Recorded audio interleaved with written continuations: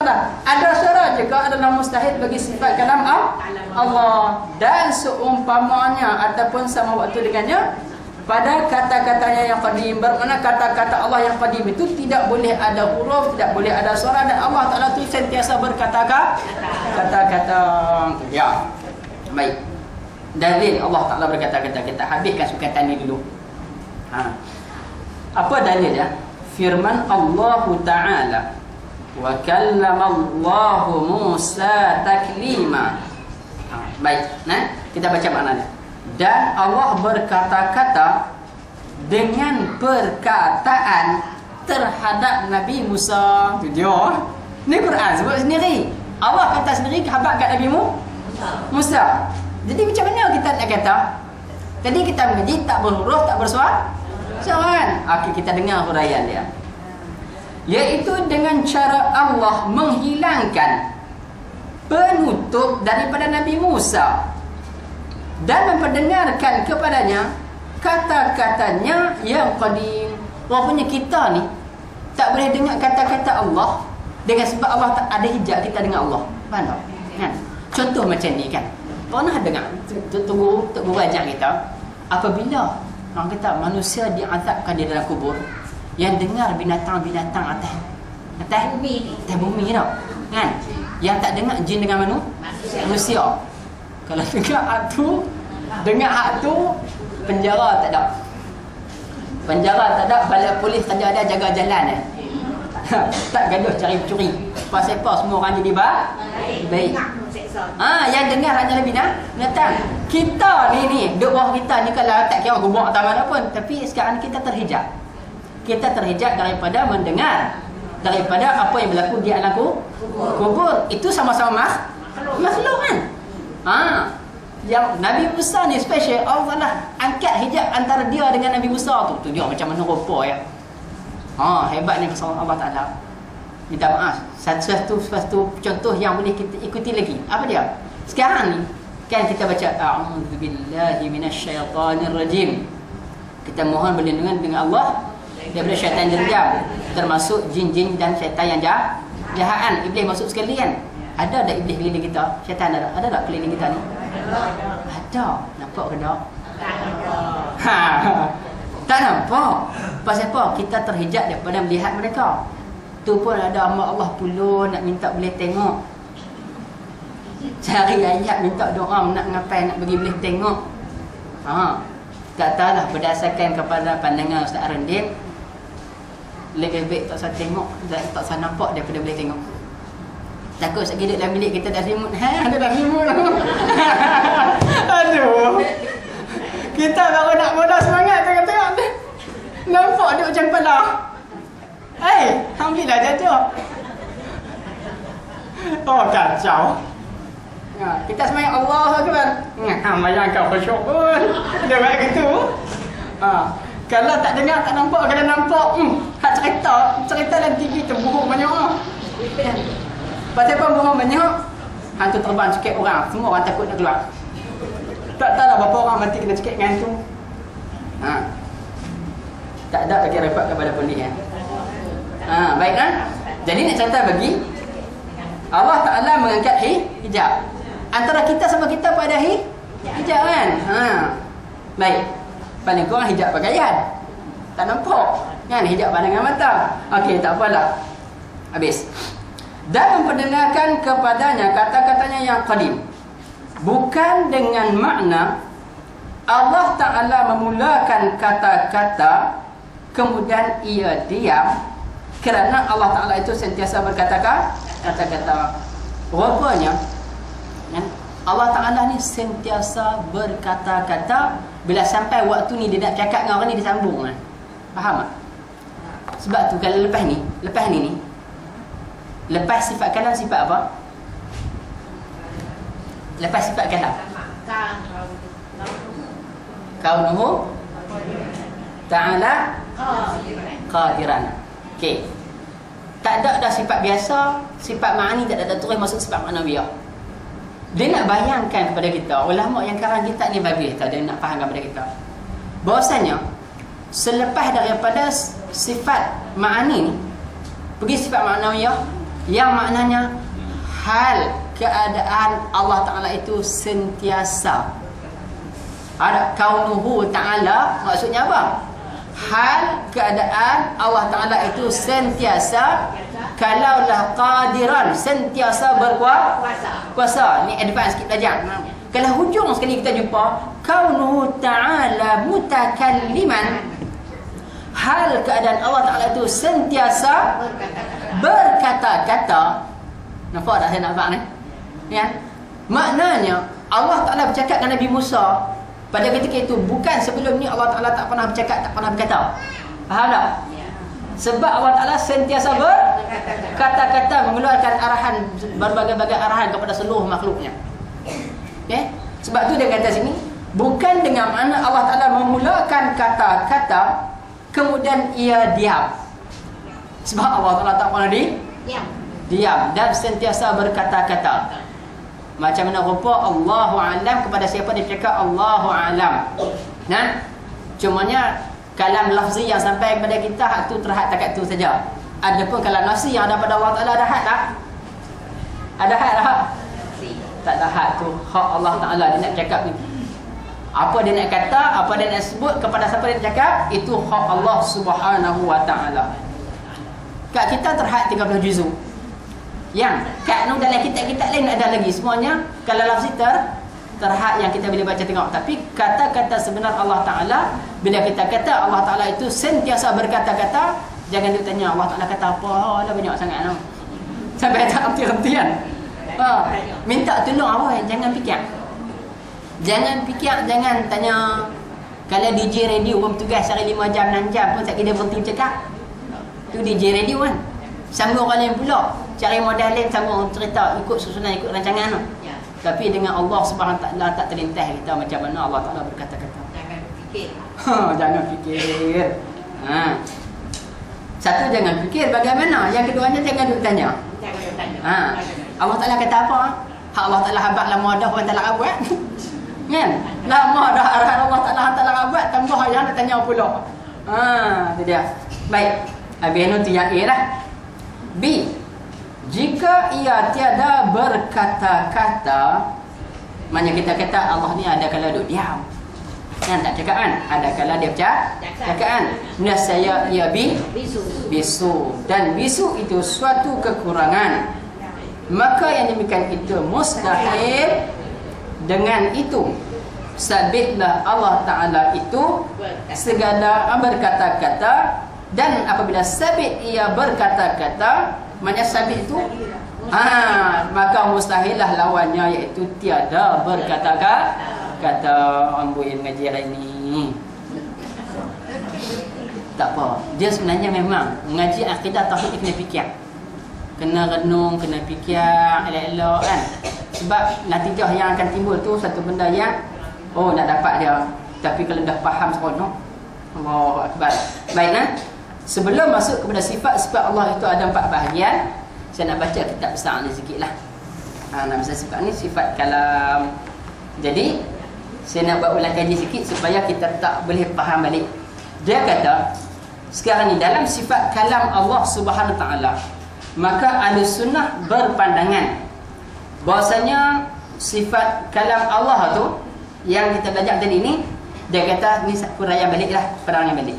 Laisat bi hurufin tanpa huruf, wala aswatin tanpa suara, munazzahatun anit tartib wa taqdim wa ta'khir, yang suci daripada susunan terdulu dan kemudian, dan menunjukkan seluruh yang wajib, mustahil dan yang harus. Lepas tu dia kata apa? Munazzahatun an sukutin nafsi, yang suci daripada sukuti nafsi, mana diam diri. Allah Ta'ala diam senyap, tak kata apa. Tu sukuti nafsi. Wa anil afatil batiniyah, daripada kerosakan badan. Ya kan? Wa dhiddul kalam, lawan kepada kalam itu al-bukmu sukut, bisu dan diam. Baik, huraiannya kita dah hurai dah tadi apa semua. Saya nak masuk sikit kat sini. Apa dia? Pergi kepada yang kedua. Bila disebut, dia kata kat sini, bukan dengan huruf, bukan dengan suara, dan suci daripada tertib dan takhir. Maknanya apa? Maknanya kata-kata Allah Subhanahu wa taala ni dia sebut sini annal kalamal ilahi laysa lafzan. Bahasanya kata-kata Allah itu bukannya lafaz. Bukanlah lafaz. Tasna'uhu syafatani wal lisan, yang dibuat oleh dua bibir dan lidah. Kata-kata Allah yang kita berkata ni adalah dia huraian kedua ni, tidak berhuruf, tidak bersuara ni. Dia huraiannya apa? Dia kata kata-kata Allah tidak berlafaz yang bukan daripada perbuatan dua bibir dan lidah. Maksudnya kalam syair terbit daripada dua bibir dan lidah. Kan? Tu Al-Quran pun kalau dibaca memang terbit, tetapi nak cerita bagi yang hak kalam nafsi itu tidak terbit daripada dua bibir dan lidah. Dan juga tidak keluar daripada celah-celah gigi. Dah, itu adalah sifat-sifat kata-kata manusia. Baik, itu sedikit huraiannya lah. Baik, kita pergi lagi. Allahumma salli ala sayyidina Muhammad. Dan di antara mafhum yang kita bincang tadi ni, bahasanya ada kalanya yang huraian kepada afat batinah tu. Afat batinah tu maksudnya macam ni. Sekarang ni Allah Ta'ala sifatnya itu terselamat, suci daripada berlaku kerosakan badan. Allah Ta'ala tidak memerlukan badan untuk bercakap. Tidak perlu mulut, tidak perlu lidah. Okey, baik. Dia kata sini apa? Iaitu satu perkara yang menegah manusia daripada apa? Bercakap. Kalau yang tu ada pada manusia. Contohnya bisu. Manusia bila dilahir tiba-tiba bisu, maka bisu tadi menegah manusia daripada bercakap. Sebab tu mustahil Allah Ta'ala bisu. Dan mustahil Allah Ta'ala itu berlaku cacat. Ada sekadang mulut, kadang-kadang asalnya elok, tapi lepas tu tak boleh dengan sebab kerosakan anggota badan. Contohnya apa? Contohnya orang yang sakit yang melibatkan anggota mulut dan saraf. Kan? Herat ke ataupun tak herat tapi tak boleh keluar ke. Asalnya ni saya ambil contohlah. Contoh boleh bercakap tapi tak keluar. Ni contoh lain sikit. Berlaku pada satu hamba Allah. Saya tak boleh cerita lagi, saya ambil ayat mata. Berlaku pada keluarga saya. Okey, satu hamba Allah, dia suruh anak dia pi beli bawang, pi beli cabai kerana nak buat masakan tengah hari. Masa dia habaq kat anak dia tu, dia tanya, hang pi beli tu. Apa dia? Tu. Apa dia tu? Nah, abang bagi tu perbandingan lah. Asalnya boleh cakap, ketika tu pun boleh cakap, tapi tak keluar main. Tak ada apa pasalnya. Selepas itu, bila dia masuk wad, cek berlaku pendarahan beku dalam otak nak proses bagi maklumat tak sampai. Tahu benda nak habang tapi tak keluar. Dan ada juga orang tak berlaku pendarahan, tahu tapi tak keluar. Masa bila? Masa kita lupa. Kan? Masa kita lupa, Allah nama dia apa tak? Aku dah sebut hari tak ingat nama dia. Ada kan? Nak keluar kita tak boleh keluar. Tu ada mulut. Kan? Sebelum ni boleh bercakap, tak boleh. Tak boleh keluar. Tambah kalau kata sampai ketika ada mulut, ada ketika ada kita memang dia sakit tak boleh bercakap yang menyebabkan apa? Tak keluar langsung suara ataupun suara boleh keluar tapi tidak dapat difahami. Maka segala itu merupakan sifat-sifat makhluk yang takkan ada pada Allah Subhanahu wa taala. Mustahil bagi Allah. Sebab itulah orang kata pesanan saya, sementara mulut kita boleh bertasbih, walaupun cinta pun bertasbih. Ya. Nikmat mulut manusia tidak merasainya. Nikmat lidah manusia tak pernah merasainya, tak pernah menghargainya. Kan? Apabila hilangnya nikmat itu, sama ada sementara waktu atau buat selama-lamanya, baru dah dia reti apalah itu nikmatmu mulut dan lidah. Jaga elok. Saya kita. Itu di antara orang kata sedikit uraian daripada tambahan daripada kitab-kitab ni. Dah tak mahu kata panjang-panjang, bukan pasal apa. Pasal saya lagi jadi benda lain. Memadailah saya menambah kefahaman dalam bentuk yang macam itu. Baik, saya mendayak sikit. Bismillahirrahmanirrahim.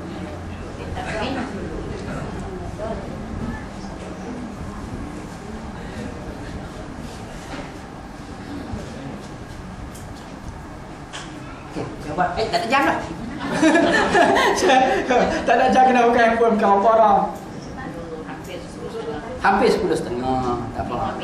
Boleh 5 minit lagi. Boleh lah kita baca sikit lagi. Baik. Jadi kalau nak satu lagi. Okey. Dia berubah ke dia berubah merah. Okey. Sifat-sifat Allah itu ada 4 bahagian. Sifat-sifat Allah itu ada 4 bahagian. Jadi sekarang ni biasanya huraian ini berada di awal kitab. Biasanya huraian ini ada di awal kitab. Tapi dia letak kat tengah-tengah kitab betul-betul dekat ni stapler ni. Tengah kitab tengah ada kat stapler tu. Tengah-tengah. Baik. Satu daripadanya sifat nafsiyah, iaitu sifat yang dinisbahkan kepada nafsi, yakni diri dengan makna zat. Diri dengan makna zat. Kerana ia tiada melazimkan melainkan pada zat. Maknanya sekarang ni sifat yang pertama ni nafsiyah. Sekarang ni sifat nafsiyah itu dipanggil sifat zat. Kerana apa? Nak bincang zat ni? Zat Allah Ta'ala itu. Baik. Dan perkara yang utama mesti ada pada sifat nafsiyah ini adalah sifat apa? Sifat apa? Sifat wujud. Sifat wujud. Nafsiyah ni satu je sifat dia, wujud. Tak ada sifat wujud, tak ada lah nafsiyah ni. Baik, yang kedua. Saya tidak buat pecahan banyak lah. Maknanya nanti kalau siapa rajin nanti pecah balik lah selepas saya cerita. Okay. 5 sifat selepasnya ialah sifat-sifat salbiyah, ataupun dipanggil sifat salaf. Salaf, iaitu bermakna nafi. Kerana tiap satu daripadanya menafikan kekurangan daripada Allah. Kalimah salbiyah juga ulama meletakkan makna kepada sifat ma'dumat. Sifat ma'dumat.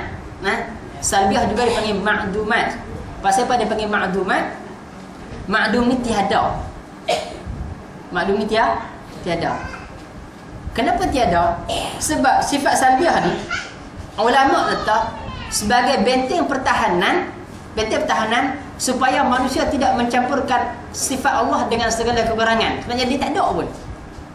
Letakkan sifat salbiyah ni sebagai yang kata benteng nak mengelak daripada manusia meletakkan zat Allah Ta'ala dalam kancah kekurangan dan kelemahan. Sebenarnya dia tak ada pun. Okey. Ingat tak? Okey. Tengok tengah tayar ni tak? Okey. Satu, wujud. Wujud ni sifat apa? Salbiyah. Kita picah teruslah cerita pelan-pelan. Okey, baik. Nafsiyah.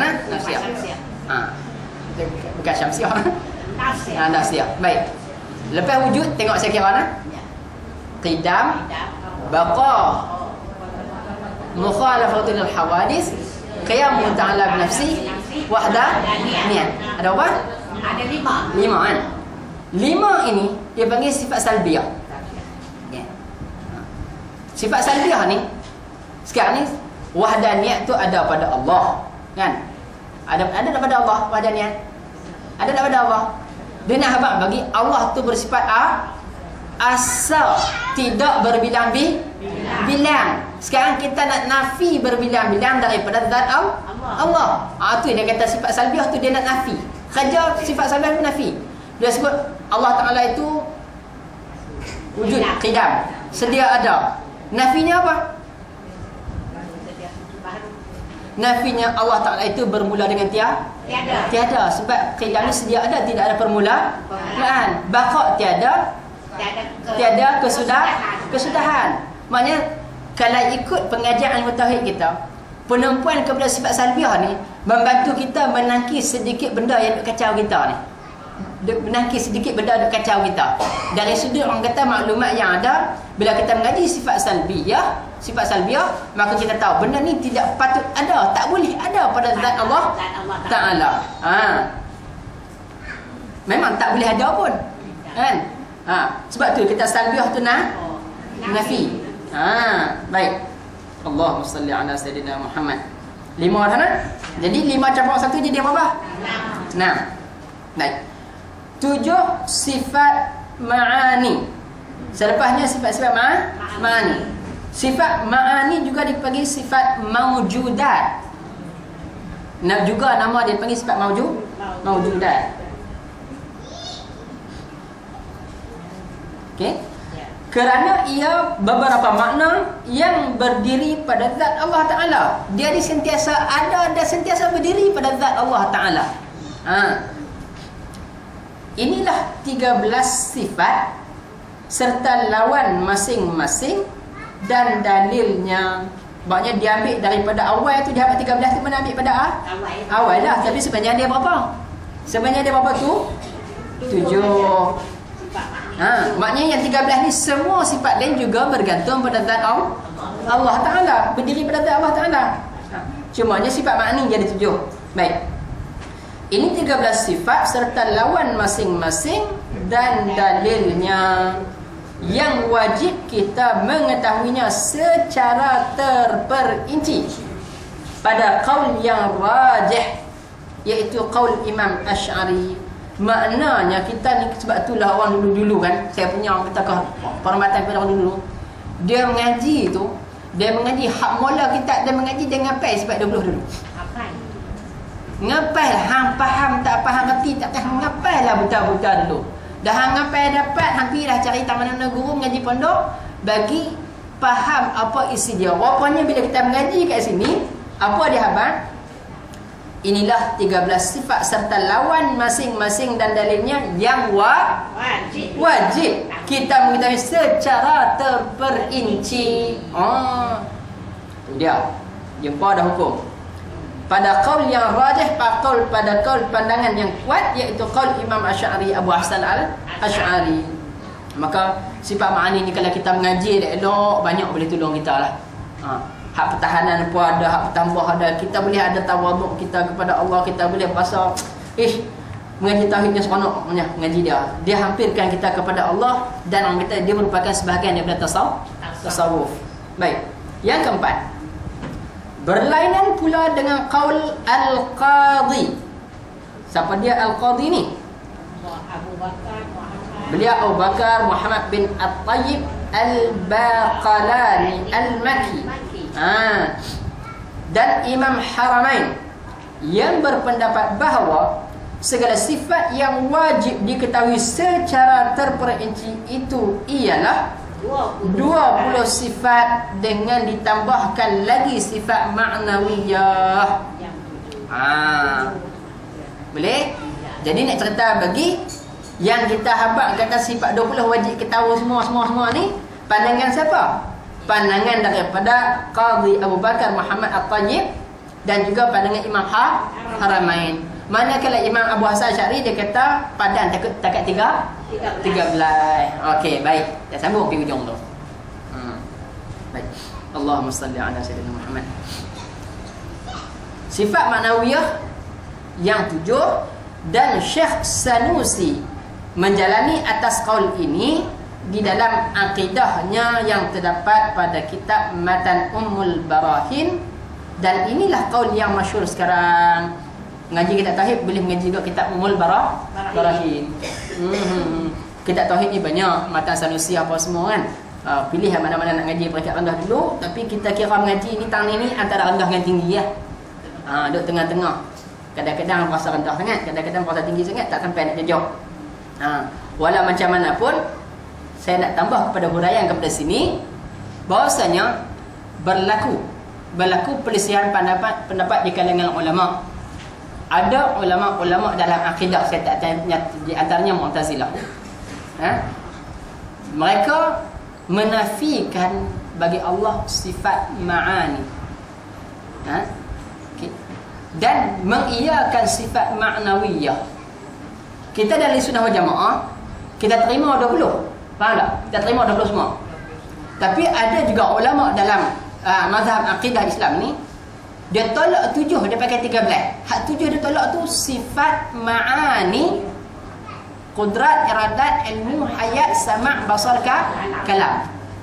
Bila dia tolak sifat ma'ani ni, tapi dia mengiyakan sifat ma'nawiyah, hasilnya apa? Hasilnya dia kata kalaulah Allah Ta'ala itu sentiasa berkuasa, mestilah dalam masa yang sama dia bersifat berkuasa. Faham tak? Kalau dia sentiasa berkuasa, mestilah dalam masa yang sama automatik dia berkuasa. Mengapa perlu kita bincang sifat ma'ani, qudrah Allah bincang lagi? Faham tak? Sebab tu dia tolak 7 sifat tu. Maka ulama Ahlussunnah wal Jamaah menyatakan, siapa yang tolak sifat ma'ani, hanya sekadar mengambil sifat ma'nawiyah dalam sifat 20 kita ni, maka hukumnya fasik. Tetapi siapa tolak sifat ma'nawiyah, hanya sekadar ambil sifat ma'ani dengan jumlah yang 13, maka jadinya kafir. Pasal apa? Tahu pasal dia kafir? Sebab dia menolak hal keadaan Allah Ta'ala tu. Dia ngaku Allah Ta'ala kuasa tak? Kuasa. Tapi dia menolak hal keadaan Allah itu sentiasa berkuasa. Siapa yang menolak hal keadaan Allah Ta'ala itu sentiasa berkuasa, kafir. Sebab dia menafikan kekuasaan Allah Ta'ala yang ada penyudah. Dia sepatutnya tidak penyudah, ada nafi gitu. Sama juga kan, kaunuhu ta'ala aliman kan, Allah Ta'ala maha sentiasa ketahui kan. Kalau dia tolak sifat maknawiyah, bermakna dia menafi Allah Ta'ala itu sentiasa maha mengetahui. Boleh tak? Jadi di dalam banyak benda-benda ni ada timbul isu. Ni saya mengaji tahun 1987, 88, 89, termasuk tahun 90, masa Nabi Pak Nabi. Maka isu yang ada, sama derah yang dalam paper ni ditimbulkan isu kan. Dulu bila cerita pasal hukum hakam agama, hukum fiqh ni, orang buat main-main. Maksud orang buat main-main macam mana? Dulu kalau kita jalankan hukum Islam, hukum hudud, ramai akan kena potong tangan, habis orang tak boleh kerja. Ni saya nak buat statement yang berkaitan dengan akidah ni. Satu. Yang keduanya, kita dalam masyarakat majmuk tidak boleh melaksanakan hukum Islam. Bagaimana dengan orang-orang yang bukan Islam? Okey, dua. Jadi sebagai cerita ringkasnya, kalaulah kita fikir Nabi SAW, negara Islam pertama di Madinah ni, negara Islam pertama di Madinah, adakah orang Arab Islam sahaja? Adakah penduduknya 100% Islam? Madinah? Tak. Adanya bukan Islam, tak adanya Yahudi. Nabi boleh buat tak? Boleh. Okey, itu satu bukti sejarah. Yang kedua, apa kesan ke atas orang yang mengatakan kata-kata ini? Kan? Kesan kata-kata ni. Datang kata perintah Allah Ta'ala, faqta'u aydihim, potong tangannya sebab zinanya, datang daripada siapa? Daripada Allah. Berdasar Quran, kalam Allah, kita belajar tauhid ni, wajib kita tahu, wajib kita yakin itu datang daripada Allah, bukan kita Muhammad. Bila hukum itu datang daripada Allah Subhanahu Wa Ta'ala, maka Allah Ta'ala maha mengetahui apa yang perlu dan patut kepada hamba dia untuk keselamatan hamba di dunia dan akhirat. Hudud diturunkan untuk keamanan, kesejahteraan masyarakat. Tapi bila kita menafikan itu tak boleh dibuat dengan alasan-alasan akal kita yang cetek dan pendek, bermakna kita telah terkesan kepada akidah kita, tempat 100% Muslim saja boleh buat. Okey, tempat yang bercampur dengan orang bukan Islam, tempat kita tak boleh buat. Sedangkan Al-Quran ni hanya untuk orang Islam saja ke? Tak. Hukumnya menyeluruh. Lepas tu kita nak buat macam mana dengan orang bukan Islam? Allah Ta'ala maha adil. Saya ambil contoh macam ni lah. Kalau tuan-tuan dan puan ni pergi pihak Islam, ada tak muka yang bukan Islam masuk? Ada. Kenapa orang bukan Islam boleh menerima sistem ekonomi Islam? dan dia pun faham sistem riba, dia masuk sistem riba, dia pun rugi. Dia pun kena teruk. Kalau dia jadi tokek tak apa, tapi kalau jadi peminjam dia juga akan rugi. Satu penindasan. Kenapa sistem Islam boleh terima? Sistem Islam juga disebut dalam Quran. Sistem perundangan juga disebut dalam Quran. Maka orang yang macam ni kita kena peringat bahawasanya kata-kata yang macam ni kalau keluar daripada orang yang alim, berat. Kalau kata keluar daripada mulut orang jahil, orang yang alim keliling dia wajib habaq. Hang kena betul balik statement hang kena mengucap balik. Sebab pernah berlaku isu di Mesir, seorang Dr. Farah Fudah, ni lama, sekitar 98-99 dulu, 2099, bila ditimbulkan satu isu berkenaan dengan sifat Allah Subhanahu Taala, ada doktor ni dia main akal, dia main akal, dia berhujah-hujah keluar, jadi pandangan dia tu dah jadi hawa biru. Maka pensyarah Al-Azhar ambil peguam lawan, akhirnya dia dipisahkan daripada isterinya, dia jatuh hukum murtad. Nampak? Kita tak ada begitu. Tapi sebenarnya ramai orang jatuh murtad kerana mempermainkan hukum Allah, tapi tak siapa yang berani buat. Untuk selamat tolonglah peringat, tak kira hang siapa. Lebih-lebih lagi orang atas lah, bawah cara bawah lah. Bagi kita hukum, tetap hukum datang daripada Allah. Tolong jangan main tentang hukum Allah, kerana dia adalah kalam Allah, arahan Allah yang kita belajar macam hari ini. Wajib amal, wajib yakin, dan wajib kita pesan kepada kita dan semua orang Islam, benda kehendak Allah jangan main-main. Sebab apa? Hang pun akan balik kepada Allah. Jadi saya rasa untuk akhirnya pada hari ini saya minta maaf banyak-banyak lah. Sebab apa? Menafikan hanya Allah Ta'ala berkuasa pada majoriti Islam, dan bila untuk bercampurnya orang Islam dalam masyarakat majmuk tidak lagi menunjukkan Allah Ta'ala itu berkuasa. Itu yang beratnya. Aqulu qawli hadha wa astaghfirullahal azim li wa lakum. Wassalamualaikum warahmatullahi wabarakatuh. A'udzu billahi minasyaitonir rajim. Bismillahirrahmanirrahim. Alhamdulillahi rabbil alamin. Wassalatu wassalamu ala asyrafil anbiya'i wal mursalin wa ala alihi wa sahbihi ajma'in. Allahumma ighfir lana dhunubana wa liwalidayna warhamhuma kama rabbayana shighara. Allahumma ighfir lil muslimina wal muslimat wal mu'minina wal mu'minat al ahya'i minhum wal amwat bi rahmatika ya arhamar rahimin. اللهم إنا نسألك علما نافعا ورزقا حلالا واسعا وشفاء من كل داء وسقم برحمتك يا أرحم الراحمين. اللهم اجعل جمعنا هذا جمعا مرحوما وتفرقنا من بعده تفرقا معصوما، ولا تجعل اللهم فينا ولا معنا ولا ما يتبعنا شقيا محروما ولا مطرودا. اللهم اختم لنا يا الله بحسن الخاتمة، ولا تختم علينا يا الله بسوء الخاتمة. ربنا آتنا في الدنيا حسنة وفي الآخرة حسنة وقنا عذاب النار. وصلى الله على سيدنا محمد وعلى آله وصحبه وسلم، والحمد لله رب العالمين. تقبل الله. Jazakallahu khairan katsiran, diucapkan kepada Ahmad Ustaz jalan dan menyampaikan beliau kita tadi. Diharapkan kita semua dapat faham insyaAllah di atas perbincangan yang telah disampaikan. InsyaAllah kelas kita pada besok hari ialah kelas Ustaz Rijaluddin, insyaAllah minggu yang pertama, hari Sabtu minggu pertama Ustaz Rijal insyaAllah. Dan pada hari Ahad ini insyaAllah Al-Fadhil Ustaz Ahmad Majdi di Paksi Limau Tebal.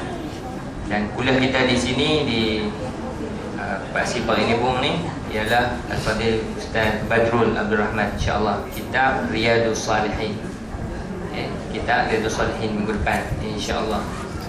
Baik, kaul kedua ialah berkenaan tentang dewan kita. Alhamdulillah minggu lepas kita dah buat kutipan, dan saya minta maaf sebab belum lagi dapat dilaksanakan menakbaki baik pulih. Cuma dah dikenal pasti masalah, tak perlu kita tukar bumbung, alhamdulillah. Cuma perlu kita paku balik sebab paku yang duduk atas ni dah tercabut dah. Jadi nak kena paku mungkin kan tutup sampai balik itu saja. Jadi kuas tu lebih sikit lah. Jadi baki daripada kos yang kita baki daripada yang kutipan kita buat tu, saya cadangkan memang kita masuk dalam dana untuk pembangunan dewan ni lah. Boleh lah, insyaAllah. Jadi lepas ni macam kita rancang tu, kita mungkin akan upgrade sistem audio kita. Kita akan upgrade kita punya kemudahan yang ada LCD semua tu. Kita akan masuk dalam tabung tu lah juga, insyaAllah. Boleh kan? Boleh kan? InsyaAllah. Baik. Itu perkara yang kedua. Dan perkara yang ketiga, insyaAllah, sekadar maklumat awal, Alhamdulillah, untuk tahun depan, Alhamdulillah kita dah dapat confirm, dah dapat kenal pasti dah, Alhamdulillah, insyaAllah. Al-Fadhil Ustaz Faridin akan bersama semula dengan kita, insyaAllah, pada minggu keempat kita Bahrul Mazi, insyaAllah. Dan Ustaz Jafri, insyaAllah kita akan ubah slot dia pergi minggu yang ketiga. Ustaz Jafri akan ganti saya baca kitab Indahnya Hidup Syariah. Jadi dua-dua ustaz ni dah setuju. Jadi insyaAllah mudah-mudahan tahun depan saya tengok kamera. Tak apa, Alhamdulillah. Okay. Jadi mana tahun depan mudah-mudahan paksi kita kat sini lebih meriah lah. Ada Ustaz Faridin, ada Ustaz Jafri, insyaAllah, Ustaz Jalal dan juga Ustaz Badrul, insyaAllah mudah-mudahan tambah baik keadaan paksi kita di sini dan juga paksi yang di tempat lain lah juga, insyaAllah. Dan tolong doakan juga, insyaAllah kita ni dalam proses untuk menyediakan kalender tahunan, insyaAllah. Jadi kalau dah dapat diedarkan, nanti kita edarkan semula jadual terbaru untuk tahun depan lah. InsyaAllah. Jadi sekadar maklumat awal lah dan apa yang telah kita bincangkan. Kita tangguhkan dengan membaca tasbih kafarah dan suratul al-Subhanallah.